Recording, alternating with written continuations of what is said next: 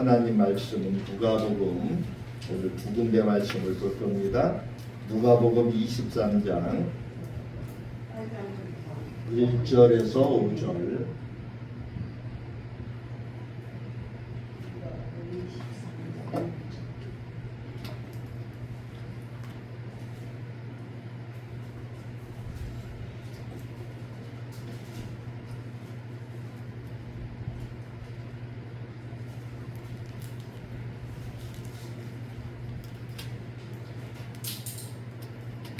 누가복음 23장 1절부터 7절까지 봐야 되겠네요.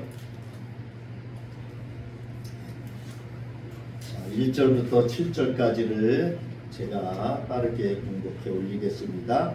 무리가 다 일어나 예수를 빌라도에게 끌고 가서 고발하여 이르되 우리가 이 사람을 보매 우리 백성을 미혹하고 가이사에게 세금 바치는 것을 금하며 자칭 왕 그리스도라 하더이다 하니 빌라도가 예수께 물어 이르되 내가 유대인의 왕이냐 대답하여 이르시되 내 말이 옳도다. 빌라도가 대제사장들과 무리에게 이르되 내가 보니 이 사람에게 죄가 없도다 하니 무리가 더욱 강하게 말하되 그가 온 유대에서 가르치고 갈릴리에서부터 시작하여 여기까지 와서 백성을 소동하게 하나이다. 빌라도가 듣고 그가 갈릴리 사람이냐 물어 헤롯의 관할에 속한 줄을 알고 헤롯에게 보내니 그때에 헤롯이 예루살렘에 있더라. 아멘. 자, 마가복음을 봅니다. 마가복음 14장 53절에서 14장 53절에서 59절까지 보겠습니다. 81쪽이네요. 마가복음 14장 53절부터 59절까지.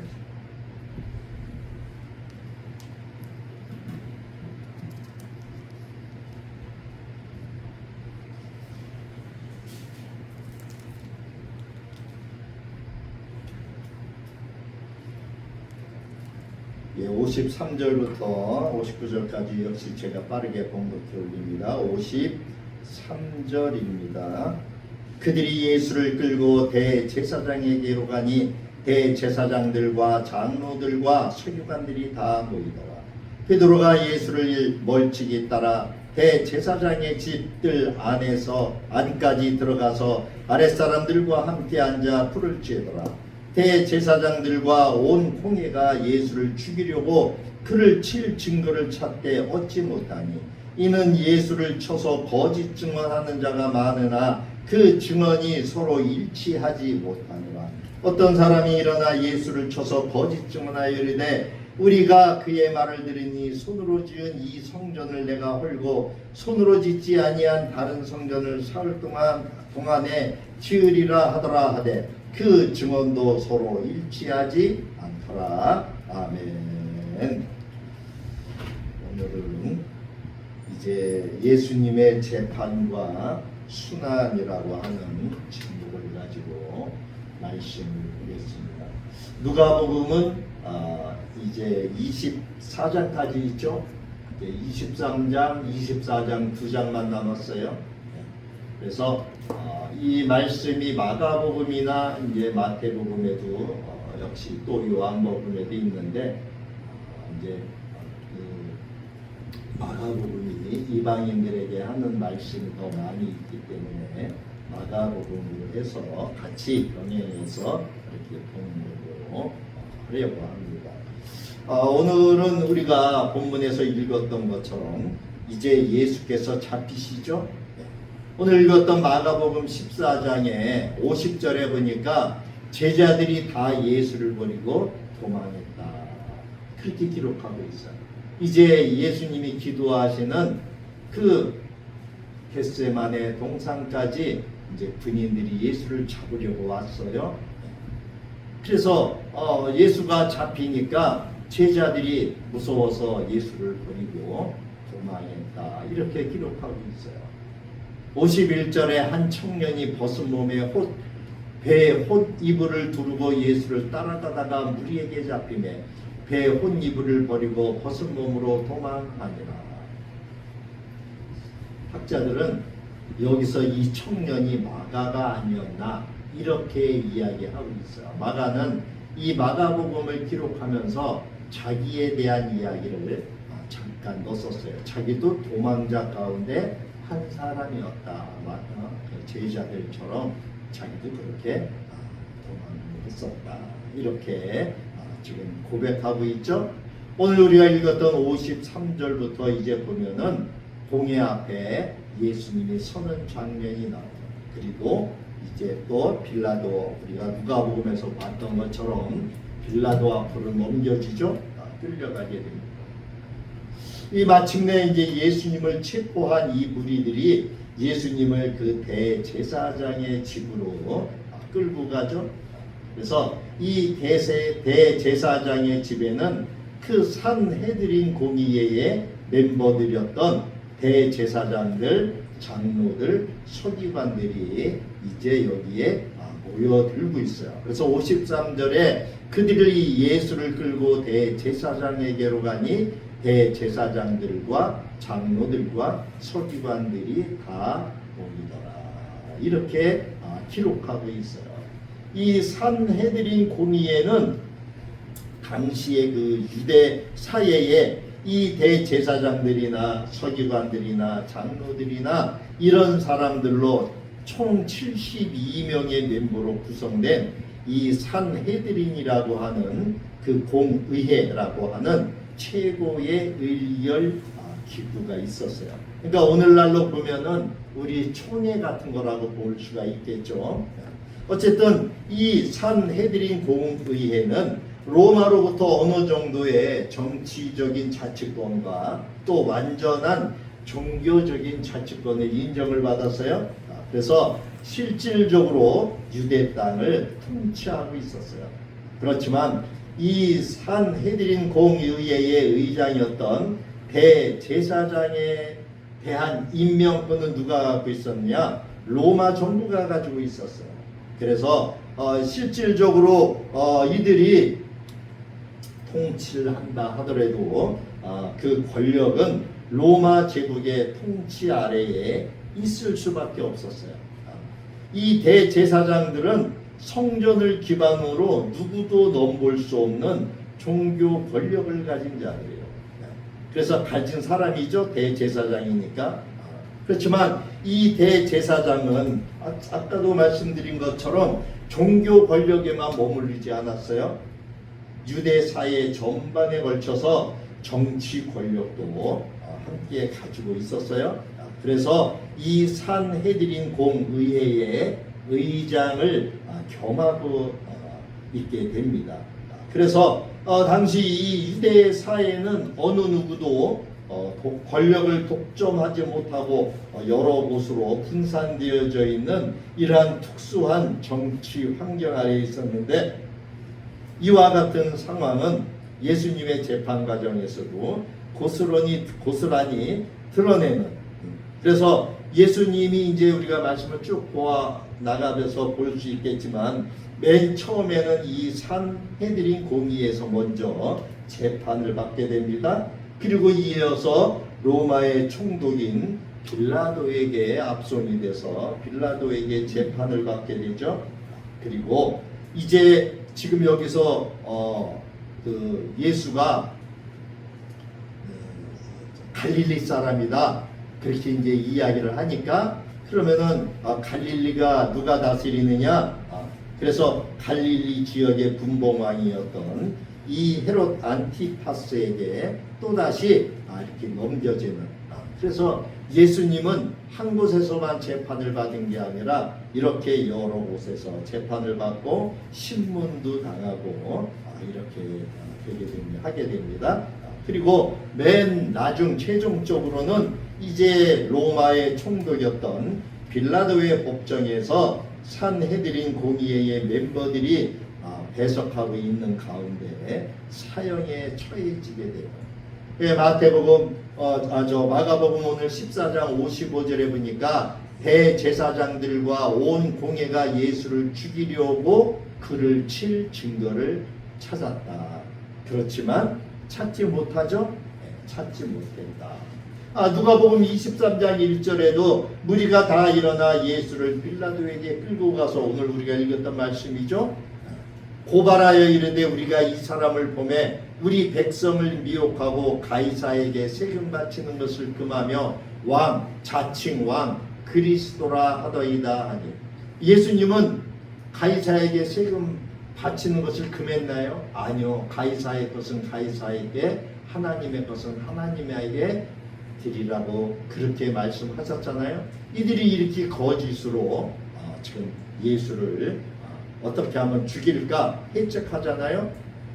그래서 누가복음 오늘 우리가 읽었던 23장 6절에 빌라도가 이제 빌라도 앞에 끌고 왔을 적에 빌라도가 듣고 그가 갈릴리 사람이냐 물어보죠. 그랬더니 27절에 헤롯의 관할에 속한 줄을 알고 헤롯에게 보냈다, 이렇게 이야기해요. 근데 그때 마침 이 헤롯의 안티파스가 예루살렘에 와 있었어요.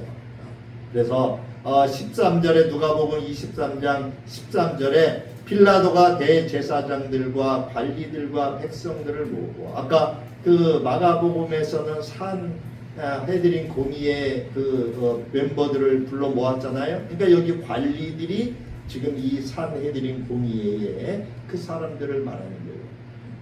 그래서 누가복음 23장 14절에 이르되 너희가 이 사람이 백성을 미혹하는 자라 하여 내게 끌고 왔도다. 보라 내가 너희 앞에서 신문하였으되 너희가 고발하는 일에 대하여 이 사람에게서 죄를 찾지 못하였다.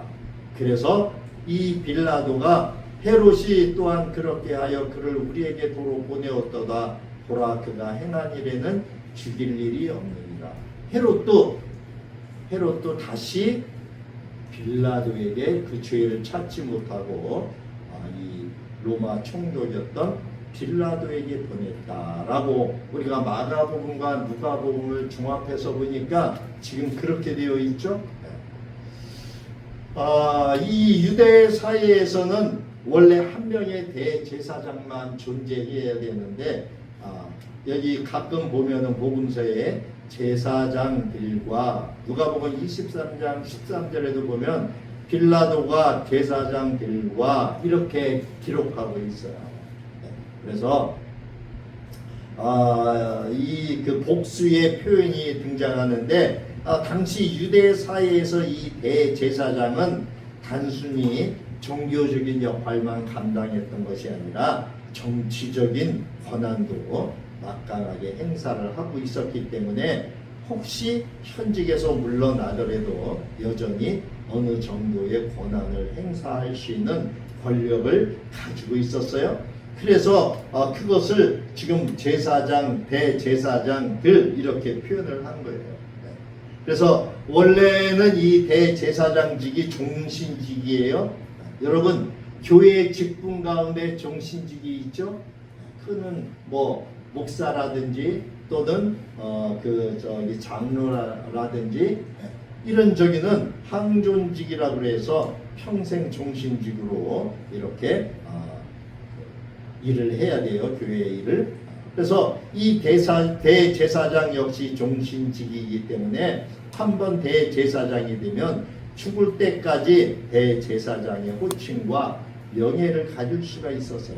그래서 이 전통적으로 대제사장의 후임은 전임 제사장이 죽은 후에 정해지게 되어 있는데 이 로마 정부가 이제 대제사장을 임명하기 시작하면서부터 대제사장이 죽지 않았다 할지라도 로마 제국이 원하는 새로운 대제사장을 임명하게 되었어요. 그러다 보니까 이 로마 시대에 로마의 지배를 받고 있던 이 유대 사회에서는 여러 명의 대제사장들이 존재하게 된 거예요. 그래서 우리가 구약에 보면 대제사장은 한 사람이지만 신약에 와서 가끔 이렇게 제사장들이라고 하는 복수를 쓴다라고 하는 것을 기억하셔야 됩니다. 또 한 가지는 이 당시 제사장들은 현직에서 물러난다 하더라도 이 산헤드린 공의회의 멤버로서의 권한을 여전히 가지고 있게 되죠. 그렇기 때문에 어느 정도 정치적으로 그 영향력을 행사할 수가 있었어요. 그래서 어떤 중요한 일을 결정할 때에는 현직 대제사장은 전임 대제사장들과 논의해서 그들의 의견을 반영하는 의사결정을 하곤 했어요. 그래서 이 같은 전임 대제사장들의 정치적인 영향력 때문에 복음서에는 대제사장이라고 하는 단수 표현보다 대제사장들이라고 하는 복수의 표현이 더 자주 등장하게 되는 것이에요. 그래서 이 예수님 당시의 현직 대제사장은 가야바였는데 그 전임 제사장은 안나스로서 가야바의 장인이었었어요. 그래서 정확하게 저기를 본다면, 이야기를 해본다면은 이 가야바의 직전 대제사장은 안나스의 아들인 엘르아잘로서, 안나스 가문은 안나스 본인을 포함해서 5명의 아들 그리고 사이까지 또 본인 이렇게 해서 총 7명의 대제사장들을 배출하게 되는 이러한 아주 이 가야바 집안은 대단한 집안이었어요. 그래서 로마 정부로부터 이렇게 비준을 받고 임명을 받는 이런 경우가 쉬웠다라고 하는 것을 우리는 역사에서 찾아볼 수가 있어요. 그래서 그러다 보니까 이 안나스 가문이 40년이나 가까운 기간 동안에 유대 땅에서 종교적, 정치적인 그 영향력을 행사했던 당대 최고의 그러한 제사장 가문이었다라고 하는 것이 우리가 성경을 통해서 알 수가 있었어요. 그래서 이 마가복음에는 예수님이 체포당했을 때 현직 대제사장인 가야바의 집에 끌려간 내용만 기록되어져 있어요. 그러나 요한복음을 보게 되면은 예수님이 먼저 전임 대제사장이었던 안나스의 집에 끌려가서 신문을 당한 것으로 요한은 기록하고 있어요. 그래서 요한복음 18장 12절에 보면 이에 군대와 천부장과 유대인의 아랫사람들이 예수를 잡아 결박하여 먼저 안나스에게로 끌고 가니 안나스는 그 해의 대제사장인 가야바의 장인이라. 그래서 이 안나스는 아까 말씀드린 것처럼 가야바의 그 장인 어른이죠. 그리고 전임 대제사장이었던 거예요. 그래서 요한복음 18장 19절에도 대제사장이 즉 안나스가 예수에게 그의 제자들과 그의 교훈에 대하여 물으니 예수께서 대답하시되 내가 드러내놓고 세상에 말하였노라. 모든 유대인들이 모이는 회당과 성전에서 항상 가르쳤고 은밀하게 아무것도 말하지 아니하였거늘 어찌하여 내게 묻느냐. 내가 무슨 말을 하였는지 들은 자들에게 물어보라. 그들이 내가 하던 말을 아느니라. 그러니까 무슨 예수님이 하신 말씀은 뭐예요? 나는 숨겨놓고 얘기하지 않고 다 오픈해서 얘기했다는 거예요. 그러니까 내가 죄가 있는지 그 사람들한테 물어보라. 지금 이야기예요. 요한복음 18장 22절에 이 말씀을 하시며 곁에 섰던 아랫사람 하나가 손으로 예수를 쳐 이르되 내가 대제사장에게 이같이 대답하느냐. 자, 예수가 지금 끌려왔잖아요. 그러니까 지금 예수를 이제 따라다니는 그 많은 사람들 가운데 어쨌든 한 사람이 예수님을 지금 치면서 그렇게 이야기하죠. 그러면서 예수께서 이렇게 내가 대제사장에게 그렇게 대답하느냐 이제 지금 실책하는 것이죠.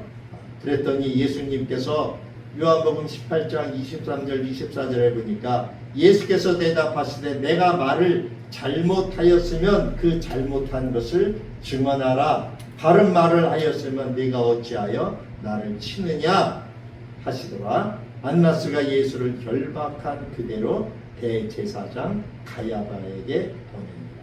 요한은 직접 경험을 했죠. 예수님 곁에서 이 사도 요한이니까 제자였으니까 예수님 곁에 항상 있었어요. 그래서 마가는 들은 거죠. 스승에게 누가도 그렇고 그렇기 때문에 요한의 증언이 더 정확하다라고 우리가 볼 수 있겠죠. 어쨌든 이 요한복음에 기록되어진 대로 그 당시의 대제사장이었던 가야바에게 보내야 됨에도 불구하고 먼저 안나스에게 예수님을 끌고 갔었다라고 하는 것을 우리가 볼 수 있었어요. 그래서 여기에서 보듯이 현재의 대제사장이 전 제사장의 사이이다 보니까 아무래도 그 전임 제사장 더군다나 또 사이가 되다 보니까 오히려 그 가야바의 뒤에서 큰 영향력을 행사하는 이러한 전임 대제사장 안나스였다라고 하는 것을 우리가 알 수 있죠. 그래서 예수님께서 그 공생의 활동을 하던 당시에 현직의 대제사장은 가야바였지만 아무튼 이 대제사장직은 세습을 통해서 대대로 대물림되게 되었고 어떤 이 가야바는 장인과 천함이 먼저 맡은 대제사장직을 승계받은 이러한 특별한 경우가 되었다. 그래서 이 가야바가 아무튼 똑똑했던 것 같죠. 그러니까 이제 아들들 다 하고 사이한테까지 대제사장직이 승계된 것을 우리가 성경을 통해서 볼 수가 있어요.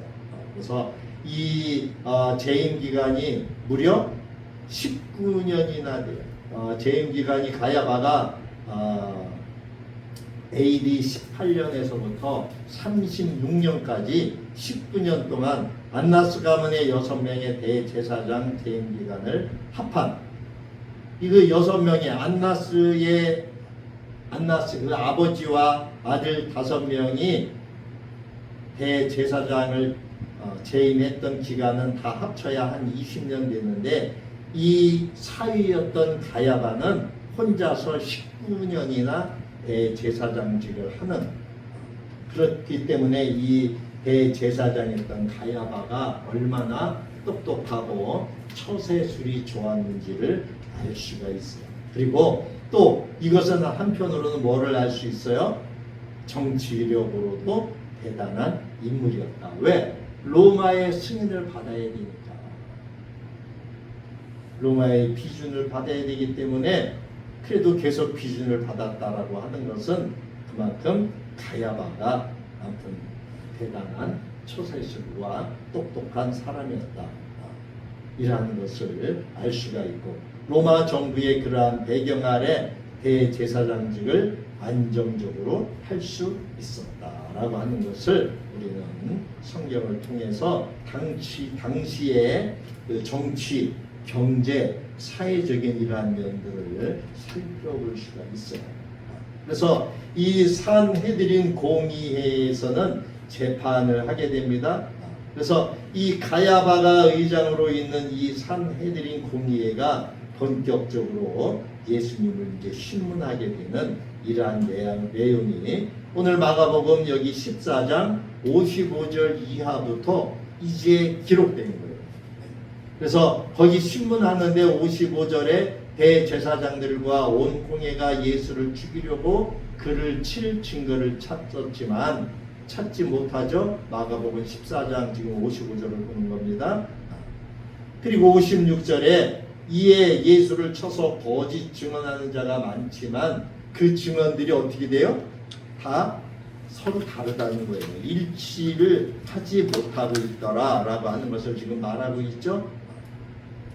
그래서 또 어떤 사람이 57절에 일어나서 예수를 쳐서 거짓 증언하여 이르되 우리가 그의 말을 들으니 손으로 지은 이 성전을 내가 홀고 손으로 짓지 아니한 다른 성전을 사흘 동안 지으리라 하더라 이렇게 이야기하지만 역시 그 이야기 역시 서로 일치하지 않는 그러한 내용이었다. 그래서 59절에 그 증언도 서로 일치하지 않더라 이렇게 기록하고 있어요. 아무튼 이 산헤드린 공의회가 예수님을 잡아온 궁극적인 목적은 뭐예요? 궁극적인 목적은 죽이려고 하는 거예요.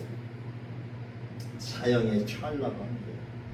그래서 그들은 로마 정부로부터 받은 이 정치적인 자치권의 한계에 박해 있었어요. 왜? 모든 최종의 결정은 로마 정부에서 하기 때문에. 그래서 로마 정부가 비록 이 산헤드린 공의에다가 자치권을 두었지만, 그러나 사람을 사형에 처할 때에는 반드시 로마 총독의 비준을 받도록 했어요. 그래서 이들이 다 재판을 하고 지들이 저기를 했지만 죄를 찾지 못해요. 그렇기 때문에 빌라도에게 다시 보내게 된 그런 문제예요. 그래서 예수님을 죽이는 것이 정치적인 문제이면 로마의 총독의 동의를 이끌어내야 되죠. 그리고 만약에 이것이 종교적인 문제라고 한다면은 로마 총독은 거기에 관여하지 않을 거예요. 괜히 관여해 봤자 오히려 더 큰 소란만, 또 로마에 대한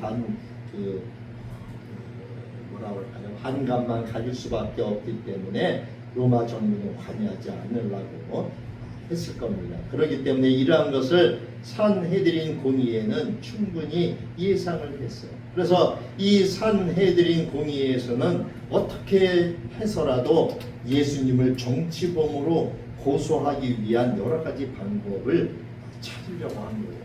그렇지만 그 고소할 마땅한 근거를 찾지 못해서 고심을 합니다.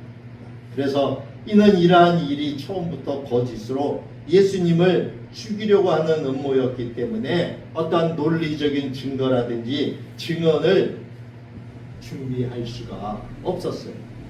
그래서 이와 같이 이러한 상황이 진전이 없게 되자 대제사장이었던 가야바가 직접 나서서 예수님을 지금 신문하게 됩니다. 그래서 먼저 가야바는 예수님에게 지금까지 거짓 증인들이 외치는 증거에 대한 예수님의 입장을 물어요.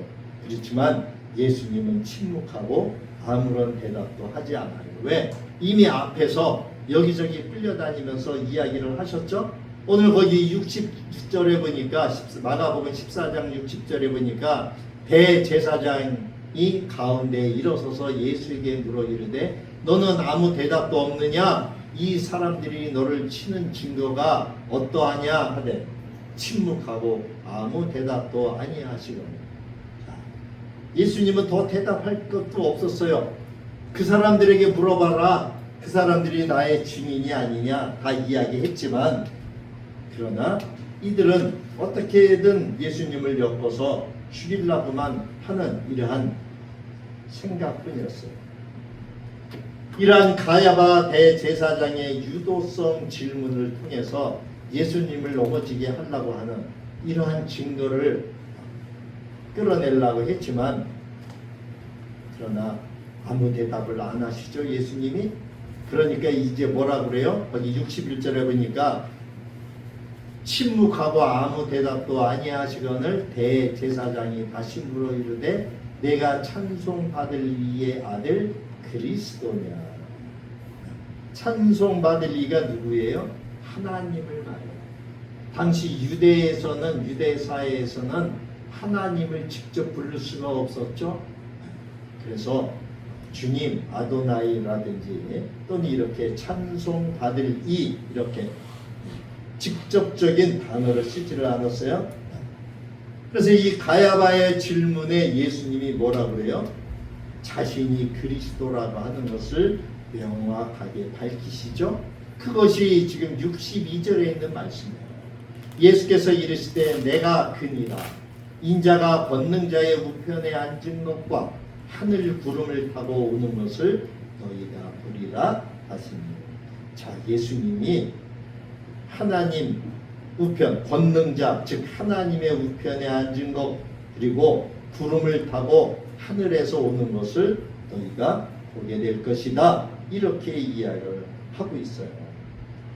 그러면서 이제 예수님께서 더 적극적으로 그리스도이심을 지금 말씀하고 있는 거죠. 그 전까지는 아무 얘기도 안 하셨어요. 침묵하셨어요.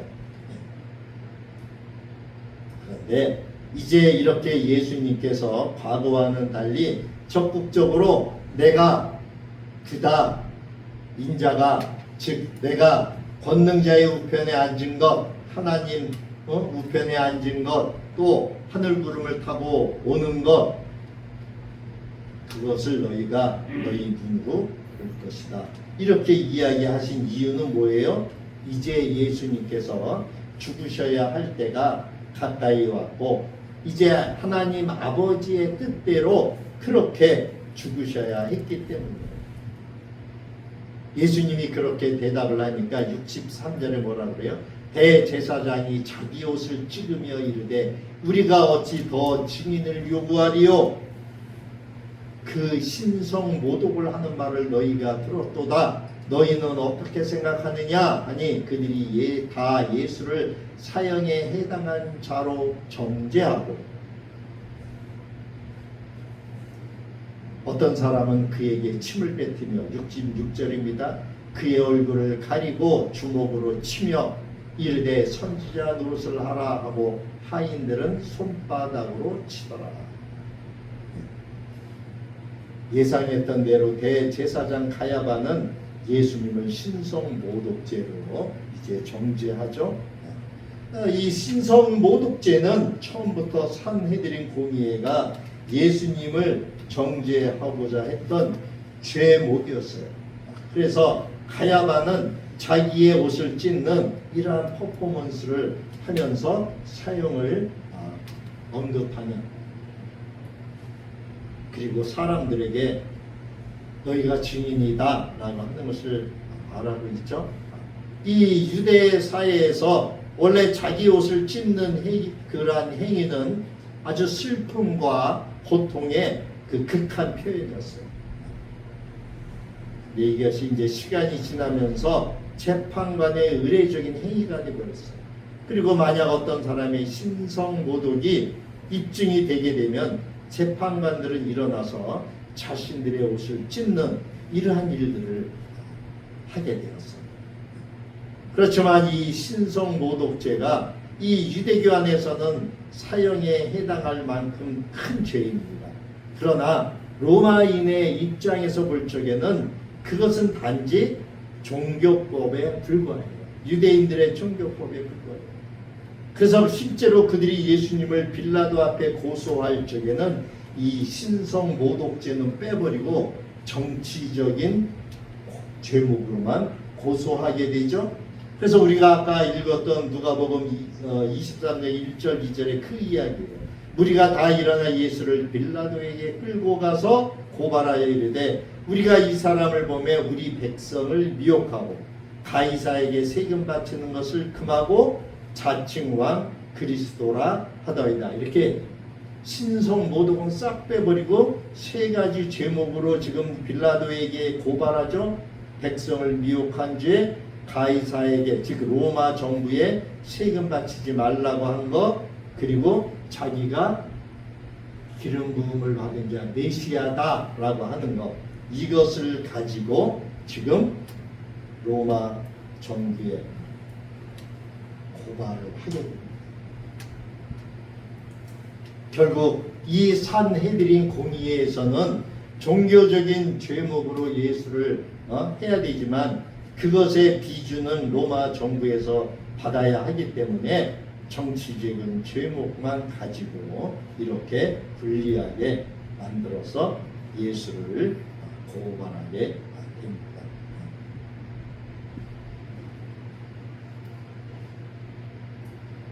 사람들은 여기에 보는 것처럼 이 신성 64절의 그 신성 모독을 한 그 말을 대제사장은 더욱 강조를 해서 사람들에게 유혹하죠. 사람들을 그 분노를 일으키게 하죠. 온갖 혐오의 행동들을 쏟아붓죠.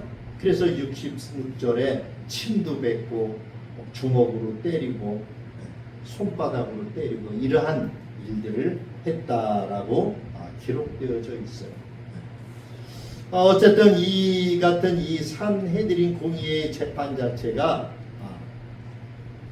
여러 가지 그들은 합법적으로 했다라고 이야기하지만 불법적인 것이 있어요. 그거는 뭐냐 하면은 유대인들의 소송법상 중요한 소송권은 야간 재판이 금지되어 있음에도 예수님에 대한 재판은 한밤중에서 새벽 사이에 이루어졌다라고 하는 거예요.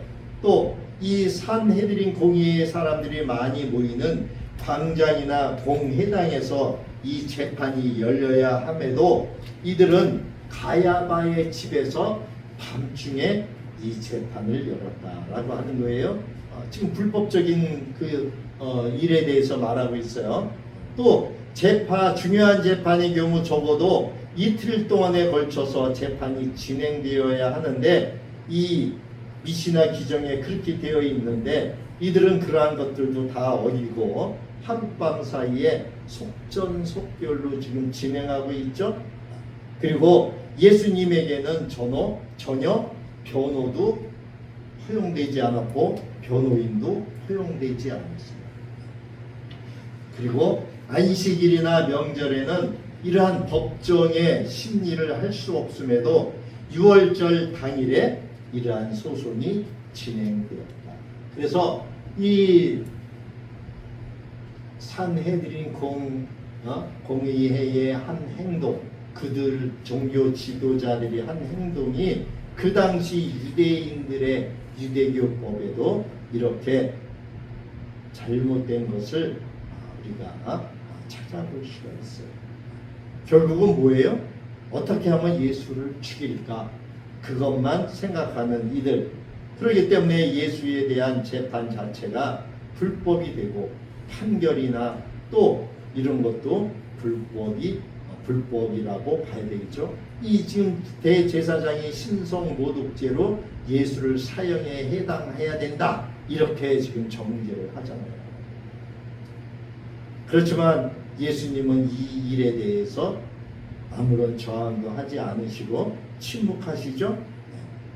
왜?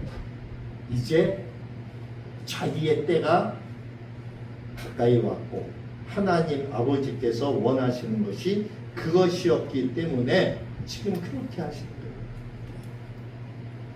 그래서 이 일은 예수님께서 유월절 어린 양에 죽어야 하는 그 하나님의 시간표를 이루려 하시는 하나님의 섭리였다라고 하는 것을 예수님은 아신 것이죠. 그렇기 때문에 그는 저항하지 않고 침묵하셨어요.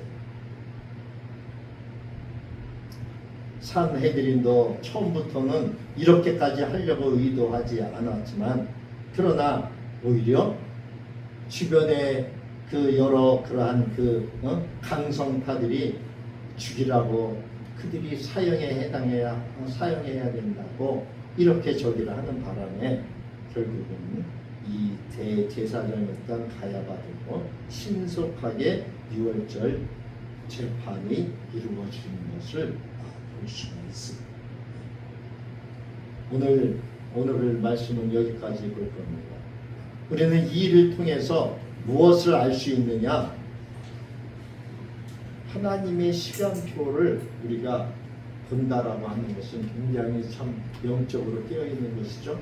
예수님은 그러한 정말 억울하기도 하고 불리한 그러한 쪽으로 엮이면서도 아버지의 뜻, 아버지의 시간표를 알았기 때문에 전혀 반항하지 않고 저항하지 않고